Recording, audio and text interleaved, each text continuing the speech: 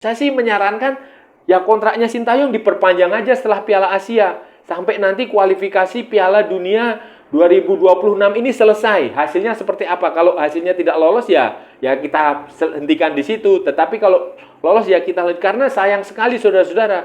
Kalau nanti berhenti di Piala Asia ini belum tentu nanti penggantinya sepakat dengan.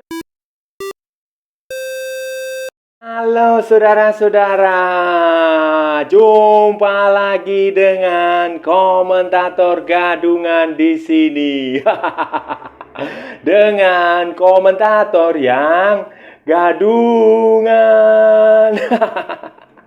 Seperti biasa saudara-saudara, kalau kita sudah bertemu pasti akan ada yang kita bicarakan, baik yang bermanfaat maupun yang tidak bermanfaat, baik yang berguna maupun yang tidak berguna, baik yang serius maupun yang hanya sekedar bercanda, baik yang basa-basi maupun yang super basa-basi.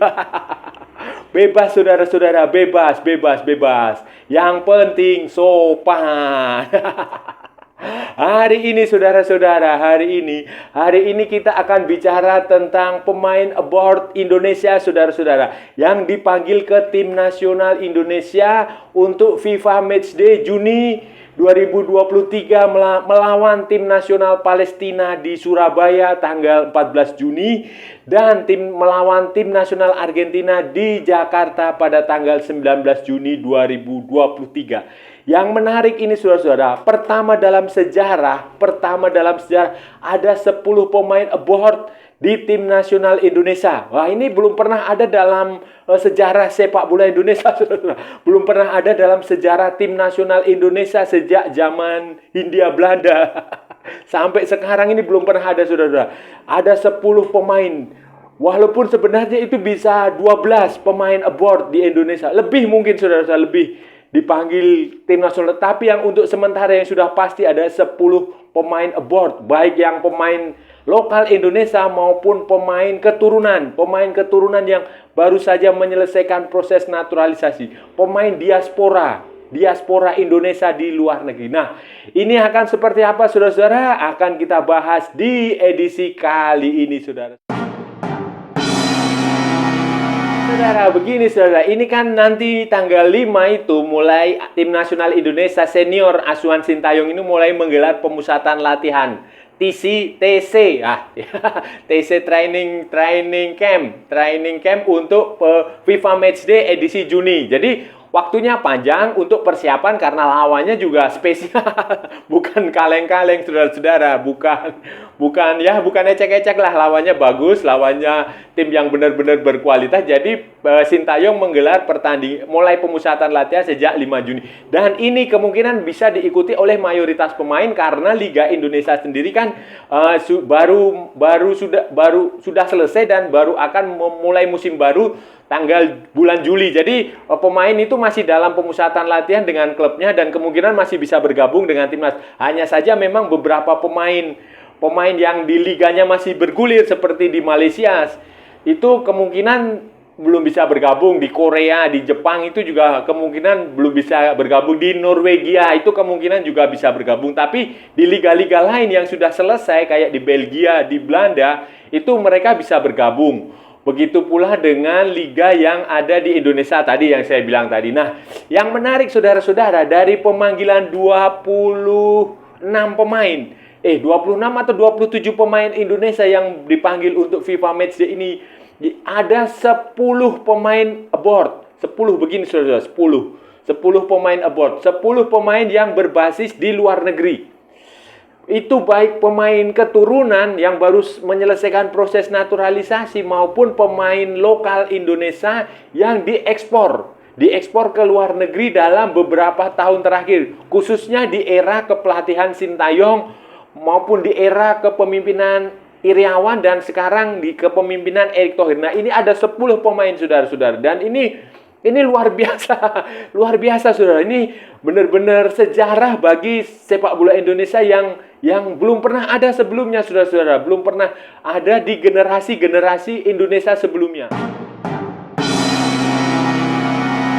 10 pemain itu saudara-saudara, kalau saudara-saudara ingat itu ada nama-nama seperti Pratama Arhan yang main di Tokyo Verdy. Kemudian ada siapa? Asnawi yang ada di Jeonnam Dragons. Kemudian ada Marcelino Ferdinand yang main di Deinze di Belgia. Kemudian ada Sadil Ramdhani yang main di Malaysia di Sabah FC. Itu yang pemain lokal ya. Pemain lokal kira-kira ada 4. Kemudian yang pemain naturalisasi, yang pemain keturunan itu kira-kira ada 6. Seperti Jordi Amat di Johor Darul Taksim. Kemudian ada Elkan Bagot di Ipswich Town. Kemudian ada Sandy Walsh di Mechelen di Belgia. Kemudian ada Saint Patinama di Viking, Norwegia. Kemudian ada Rafael Struijk di ADO Den Haag. Dan ada Ivar Jenner di Utrecht. Jong FC Utrecht. Jadi ada 6 pemain keturunan dan 4 pemain lokal Indonesia. Nah, sebenarnya ada satu lagi pemain lokal Indonesia yang diekspor, si Ronaldo Kuateh di Budion Sport di Turki. Tetapi anak muda ini yang masih baru berusia 18 tahun, temannya Marcelino ini, sohibnya Marcelino, cedera lutut dan baru saja selesai menjalani operasi lutut sehingga dia tidak bisa dimasukkan ke dalam tim nasional yang akan bertanding ini. Kemudian ada lagi seperti Sirus Margono, kiper di Panathinaikos B di kompetisi level kedua Yunani, Grek apa Grace ya? Ya itulah, Hellas Yunani itu. Sirus Margono ini adalah pemain dari Indonesia keturunan Amerika dan Iran. Nah, bapaknya orang Indonesia, ibunya orang Iran tetapi lama tinggal di Amerika dan sekarang dia sedang mengurus paspor Indonesia. Dia pernah jadi WNI, kemudian karena dia tinggal di Amerika, status WNI dia dilepas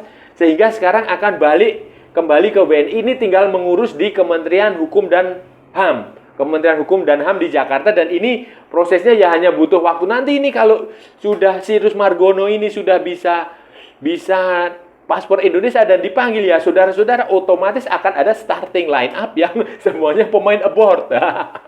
Semuanya pemain abroad, dan itu nanti kemungkinan masih bertambah lagi saudara-saudara, karena kan Sintayong dan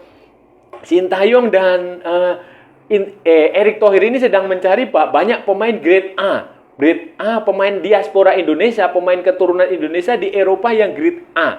Nah, itu maksudnya main di liga level utama, misalnya kayak siapa itu, Kevin Dick, bakar besi. Kemudian kayak Joy Palupesi, Ragnar Oratmangun. Kemudian kayak Million Manhoef. Itu kemungkinan itu akan dinego aja, mereka akan menghubungi terus dinego. Terus ada lagi Miles Higgers atau siapa itu. Nah, itu pemain-pemain itu akan dibujuk, akan coba dinego ulang untuk datang ke Indonesia. Justin Hubner ya mungkin tidak. Karena kemarin Justin Hubner sudah posting itu kayaknya dia menyesal sudah. Dia posting di Instastory-nya dia, kayaknya dia menyesal telah mencampakkan Indonesia, dan kayaknya dia berharap bisa kembali dinaturalisasi ke Indonesia, karena dia mungkin saja dia tidak menyangka Indonesia bisa mendatangkan Argentina. Mungkin saja dia tidak menyangka dua kawannya itu, si Rafael Struijk dan si Ivar Jenner itu langsung naik kelas ke level senior. Mungkin dia pikir, Indonesia apa sih, negara apa? Tapi ya sudahlah, nanti kita lihat aja ke depan bagaimana. Kalau PSSI masih berminat ya pasti Justin Hubner akan dihubungi. Tetapi kalau tidak ya kita lihat nantilah, karena saya rasa sih yang mustahil Justin Hubner itu bisa dipanggil ke tim nasional senior Belanda. Anda bisa lihat di pertahanan di senior Belanda itu pemain belakangnya itu udah banyak sekali pilihannya, saudara-saudara. Ada Matthijs de Ligt, ada siapa itu yang Virgil van Dijk. Terus ada lagi yang di PSV di Ajax. Aduh ya, saya rasa ya kalau masih butuh waktu lagi lah, mungkin 5-6 tahun lagi. Itu pun kalau karir Justin Hubner moncer ya di Liga Premier, naik ke Liga Premier di klub-klub yang lebih bagus ya, lebih bagus dari sekedar Wolverhampton. Jadi begini saudara-saudara, di sepak bola itu ada 3 model pembinaan tim nasional, pembinaan kompetisi sepak bola lah. Ada model 3 pembinaan. Pertama adalah negara yang fokus pada membina liga yang bagus akan menghasilkan tim nasional yang bagus, akan menghasilkan pemain yang bagus. Pertama, fokus pada liga. Itu ada banyak banyak liga yang bagus yang menghasilkan pemain bagus ya, sebut saja kayak Liga Premier di Inggris, Serie A di Italia, La Liga, kemudian Bundesliga, Ligue 1 di Prancis, kemudian di Asia itu ya kayak Liga J-League di Jepang, Korea, K-League di Korea, Liga Super Cina, nah, seperti itu. Jadi fokusnya adalah membina liga. Nanti karena prinsip utama mereka kalau liganya bagus, tim nasional juga akan bagus. Kemudian sistem kedua adalah mengekspor pemain ke luar negeri sebanyak-banyaknya. Ekspor pemain, baik pemain lokal maupun pemain keturunan mereka, diaspora mereka di luar negeri yang diberi paspor. Nah, dalam kategori ini ada seperti negara-negara di Afrika itu banyak, saudara-saudara. Kamerun, Ghana, Pantai Gading, Senegal, terus mana lagi? Mali, Benin, Togo, pokoknya negara-negara Afrika itu kebanyakan adalah menggunakan sistem kedua ini. Mengekspor pemain sebanyak-banyaknya ke luar negeri, kemudian pemain diaspora mereka diberi paspor, dinaturalisasi istilahnya begitu ya. Itu banyak sekali. Dan itu karena mereka tidak punya liga yang bagus. Liga mereka ya malah jelek lah sama Liga Timor Leste masih bagus Liga Timor Leste. Ya, kita wajar karena sistem ekonomi mereka tidak terlalu bagus, kemudian infrastruktur negara mereka juga tidak bagus. Jadi cara satu-satunya ya mengekspor pemain dan itu sudah terbukti kan. Senegal, Kamerun, Pantai Gading, terus mana lagi? Mali, Gabon, nah, Guinea-Bissau. Banyaklah Gambia itu banyak. Terus yang ketiga adalah gabungan dari liga yang bagus dan ekspor pemain. Ini juga terjadi di banyak negara bagus seperti Inggris, Prancis, kemudian mana lagi? Spanyol, Bundesliga, Jerman, Belgia, Jepang, Korea itu kan menggabungkan dari dua hal seperti semacam itu. Iran, Australia, mereka memperbaiki liga tetapi juga mengekspor pemain. Bagaimana dengan Indonesia, dengan Malaysia, dengan Thailand, dengan negara-negara di Asia Tenggara lah. Negara-negara di Asia Tenggara ini termasuk Indonesia, Malaysia, Thailand, Singapura, Vietnam itu mencoba untuk melakukan yang cara ketiga, saudara-saudara. Mereka mencoba untuk memperbaiki liga. Kita bisa lihat. Kita contoh Indonesia aja lah yang lebih dekat. Indonesia kan sekarang sudah mulai berkembang, liganya sudah mulai diperbaiki dengan sempurna oleh Erick Thohir. Kemudian nanti pada putaran kedua akan ada VAR, Video Assistant Referee. Kemudian aturan pemain asing juga diperbaiki, ditambah lagi dengan ada pemain kota ASEAN dan kota Asia. Itu diperbaiki. Kemudian lisensi pelatih untuk klub juga diperbaiki. Terus ada lagi yang lisensi di Asia, di AFC itu diperbanyak, fasilitas, kompetisi formatnya diperbaiki, kualitasnya diperbaiki liga. Tetapi itu juga dilakukan di Malaysia dengan Liga Super Malaysia, dilakukan di Thailand dengan Thai League One, dilakukan di Vietnam dengan V-League, di Singapura dengan Singapore Premier League, dilakukan di banyak negara, di Filipina juga melakukan itu. Nah, yang kedua mencoba untuk mengekspor pemain. Itu dilakukan Indonesia sejak beberapa tahun terakhir ini. Sejak era Sintayong ya, ini khususnya sejak era Sintayong. Itu pemain benar-benar didorong untuk abroad, untuk keluar.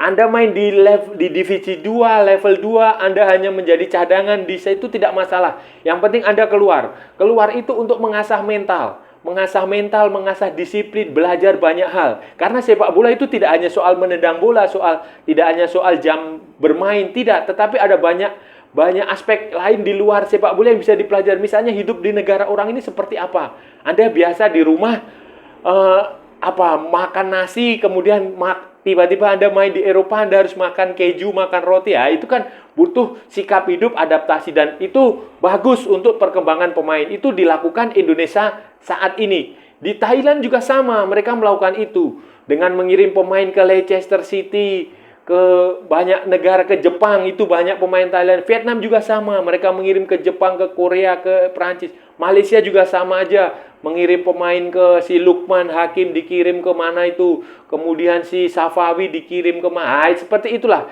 Itu sistem yang coba diterapkan dan ini akan bagus buat kemajuan sepak bola Indonesia maupun di Asia Tenggara dalam beberapa tahun ke depan. Asalkan kita sabar, saudara-saudara, sabar. Karena sepak bola itu intinya adalah proses. Tidak bisa waktu setahun 2 tahun itu tidak bisa. Kita harus butuh waktu 4, 5, 6, 7 tahun, 10 tahun itu baru kita bisa memetik buah yang kita tanam hari ini, saudara-saudara. Saudara, punya pemain abroad, punya pemain keturunan itu penting sekali, saudara-saudara. Penting sekali. Sejarah sudah membuktikan. Tim nasional negara-negara lain, negara-negara kuat di Eropa sana, di Afrika, di Amerika Latin, di Asia pun, yang negara-negara Asia besar itu juga sudah membuktikan. Kita lihat pemain Jepang itu mayoritas di luar negeri. Kemudian di Korea juga sama aja. Kemudian mana lagi? Iran. Itu yang di Asia ya.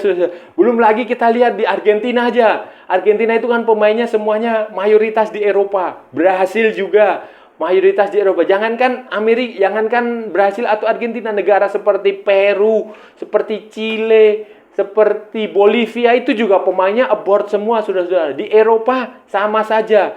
Jadi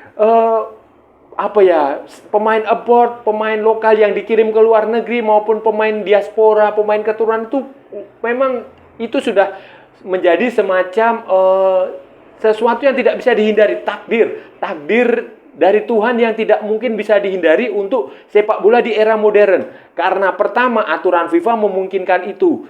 Kedua, karena memang Indonesia itu dikaruniai dianugerahi diaspora yang tersebar ke seluruh dunia. Itu kita tinggal nyari aja. Dan saat ini yang saya tahu ya, saudara-saudara ya, Menpora, Kementerian Pemuda dan Olahraga itu sekarang dia punya staf ahli, staf khusus untuk diaspora ini. Si Bapak itu Hamdan Hamdan siapa ya itu yang tempo hari membantu di PSSI itu, sekarang dia kerja di Kemenpora jadi staf khusus. Tugasnya adalah mencari pemain diaspora karena dia pernah terlibat di Diaspora Network Indonesia di Amerika kalau nggak salah itu. Jadi tugas dia untuk mencari diaspora itu, dan itu tidak hanya sepak bola, saudara-saudara. Juga semua olahraga, semua cabang olahraga, basket, volley, golf, badminton, atletik, semua renang, semualah berkuda, semua itu tugas dia untuk mencari diaspora. Dan ini memang harus dimanfaatkan, saudara-saudara. Kalau tidak dimanfaatkan, kita sendiri yang rugi. Karena semua negara melakukan itu. Jadi tidak perlu lagi gengsi, kita merasa local pride. Itu namanya chauvinisme, xenofobia itu namanya itu. Chauvinisme dan xenofobia. Kita merasa ras kita paling bagus, sebenarnya tidak. Itu murni. Dan saudara kalau lihat Maroko, tim nasional Maroko waktu Piala Dunia 2022 itu semua mayoritas adalah pemain yang kelahiran luar negeri. Pemain yang orang tuanya imigran di Belanda, di Belgia, di Prancis, di Kanada. Itu semuanya mereka melakukan itu dan hasilnya kan luar biasa, saudara. Ini adalah contoh yang harus ditiru oleh Indonesia dan tidak lagi perlulah ada dikotomi lokal pride, lokal asing pride, asing. Tidak, saudara, tidak. Itu sesuatu yang sudah harus kita tinggalkan. Kita tinggalkan jauh. Kalau kita ribut hanya masalah itu aja, ya kita nggak akan maju-maju. Negara lain sudah sampai ke bulan, sudah menjelajahi Mars, sudah mau berusaha pergi ke Pluto, Saturnus, kita masih aja berkutat di situ aja, saudara-saudara. Pemain naturalisasi, pemain keturunan ini semakin penting karena agenda Indonesia ini ke depan sangat padat, saudara-saudara. Kita kan sudah sepakat untuk menggelar FIFA Matchday. Setiap ada kalender FIFA Matchday kita akan ikuti. Kemudian ada juga kualifikasi Piala Dunia 2026. Nantinya Indonesia akan memulai dari kualifikasi ronde pertama, itu playoff melawan tim-tim lemah lah, itu nanti bulan Oktober. Nanti kalau kita lolos ke situ, kita akan tampil lagi di fase grup. Fase grup itu berarti putaran kedua itu di bulan, kalau nggak salah November itu bertepatan dengan konsernya Coldplay. Terus ada lagi Piala Asia, saudara-saudara. Piala Asia 2023. Nanti kalau setelah Piala Asia itu kualifikasi Piala Dunia yang fase grup itu akan terus berlanjut, saudara-saudara, sampai nanti ada yang lolos ke Piala Dunia. Dan kemungkinan Indonesia, tim Asia lolos ke Piala Dunia 2026 besar saudara-saudara. Karena kuotanya kan bertambah dari 32 tim, kalau nggak salah nih 32 tim menjadi 48 tim. Dan Asia itu kemungkinan bisa dapat sampai, kalau nggak salah 8 atau 10 tim. Nanti saya cek lagi saudara, nanti saya tulis ini. Kemungkinan itu Asia itu bisa dapat banyak sekali. Dan itu berarti kan kesempatannya terbuka sangat lebar untuk Indonesia bisa lolos, baik lolos langsung maupun lolos melalui playoff. Dan ini tidak boleh disia-siakan. Termasuk saya sih menyarankan ya kontraknya Sintayong diperpanjang aja setelah Piala Asia sampai nanti kualifikasi Piala Dunia 2026 ini selesai. Hasilnya seperti apa? Kalau hasilnya tidak lolos ya kita hentikan di situ. Tetapi kalau lolos ya kita, karena sayang sekali saudara-saudara, kalau nanti berhenti di Piala Asia ini belum tentu nanti penggantinya sepakat dengan apa yang sudah dia kerjakan. Itu bisa mulai lagi dari nol. Sayang sekali, sayang. Jadi ya saya sih kepada Pak Erik ya tolong ya itu Sintayong diperpanjang aja Pak. Setidaknya sampai kualifikasi Piala Dunia 2026 selesai atau sampai Piala AFF 2024. Nah, itu tadi pembahasan kita hari ini saudara-saudara. Kita sudah bicara panjang lebar tentang pemain abroad Indonesia yang sekarang mulai mendominasi tim nasional. Sekarang mulai mendapatkan tempat di tim nasional, khususnya sejak era Sintayong, sejak kepengurusan PSSI ada di Bapak Iwan Bule, Muhammad Iriawan, dan sekarang dilanjutkan oleh Erick Thohir. Dan tampaknya ini pemain abroad baik yang lokal diekspor ke luar negeri maupun pemain diaspora Indonesia, pemain keturunan, pemain yang punya ayah, punya ibu, punya kakek, punya nenek moyang lah, punya garis keturunan Indonesia ini tampaknya akan bertambah lagi seiring berjalanan waktu. Kemungkinan nanti di Piala Asia itu malah bisa lebih dari 50% anggota skuadnya itu adalah pemain naturalisasi keturunan maupun pemain abroad saudara. Dan ini sangat bagus untuk perkembangan sepak bola Indonesia ke depan saat ini maupun ke masa depan. Dan ya itu tadi saudara-saudara, kita sudah bahas panjang lebar. Kalau ada salah-salah ya mohon maaf saudara-saudara. Namanya juga gadungan. Tetapi kalau benar berarti sebuah kebenaran saudara-saudara. Kalau saudara-saudara merasa channel ini bermanfaat, silahkan like, share, and subscribe. Sebarkan kepada orang-orang terdekat yang saudara-saudara kenal. Tapi kalau saudara-saudara merasa tidak senang dengan channel ini, ya abaikan saja saudara-saudara. Skip, jangan ditonton, tetapi jangan di-report, kasihan saya. Oke, ikuti pula akun media sosial Komentator Gadungan, ada di Instagram, ada di Facebook, ada di TikTok. Oke saudara, sampai bertemu lagi di edisi berikutnya dengan tema-tema yang jauh tidak berguna, jauh tidak bermutu, jauh tidak bermanfaat. Oke saudara-saudara, sampai di sini dulu. Salam olahraga dan merdeka.